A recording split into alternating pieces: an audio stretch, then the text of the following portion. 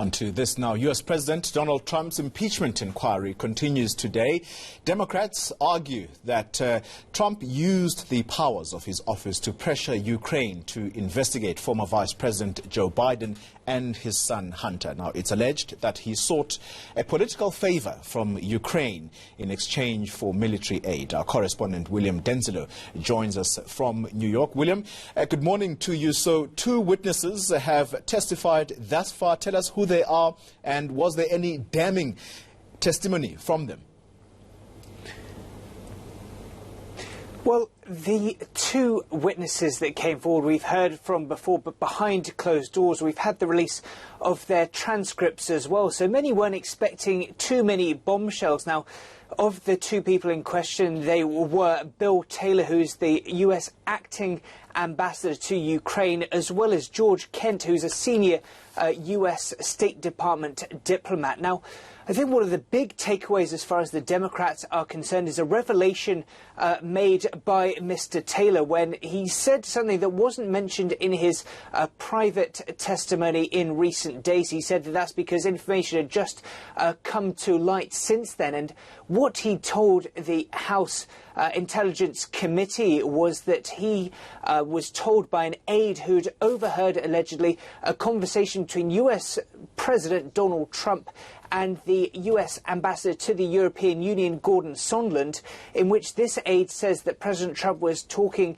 about this investigation, this alleged investigation into the Bidens. Mr. Taylor coming out and saying that he believed that President Trump was more concerned in this investigation into the Bidens and was more concerned by that than Ukraine itself. So that was certainly seen as the biggest bombshell as far as the Democrats are concerned. We have heard from President Donald Trump. He said that he wasn't listening to the day's testimony, but he has said that he doesn't recall having that conversation with Mr. Sondland. And he has once again reiterated that he believes this inquiry is nothing more than a hoax and a witch hunt. What's expected to happen today, William?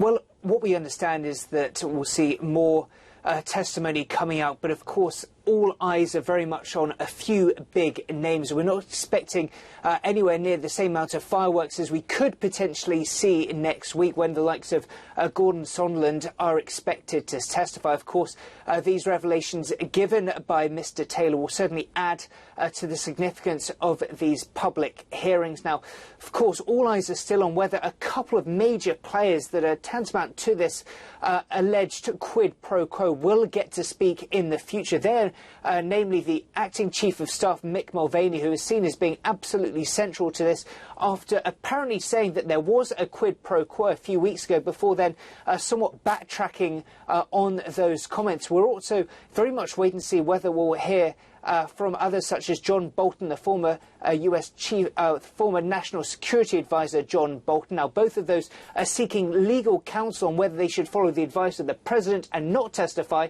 or whether they should follow the subpoenas issued by this House Intelligence Committee. So we're certainly expecting a few key players to definitely come forward and testify, but all eyes will be on whether the likes of Bolton and Mulvaney will come forward too. Yeah, just very quickly for us, William, talk to us about whether there's been any reaction from Ukraine authorities.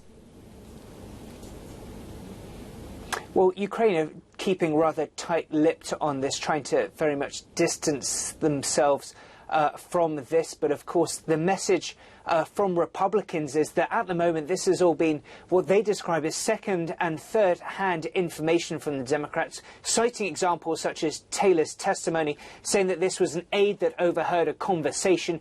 What Republicans are saying is that they want to hear testimony from those that were directly privy to any of these conversations, even if they existed at all. Now, all eyes from the Republicans is on this alleged whistleblower, that of course it was this whistleblower's testimony that kicked off this impeachment proceedings to begin with. Both Donald Trump, the president, and Republicans are calling for this whistleblower to come forward and testify and to be cross-examined by both Democrats and Republicans.